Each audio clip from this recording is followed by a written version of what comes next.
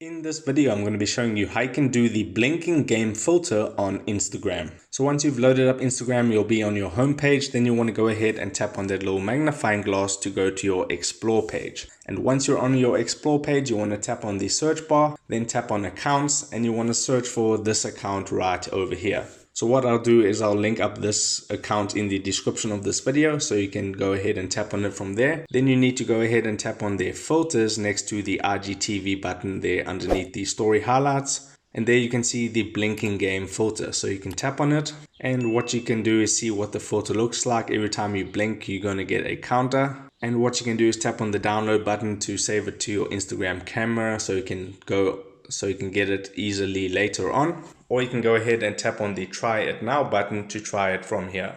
Okay, so what you need to do is tap to continue and then start blinking.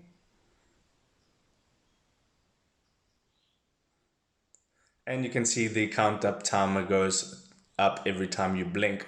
So that is how you do the blinking game on Instagram. If this video helped you out, make sure to hit the like button and subscribe for more. Take care.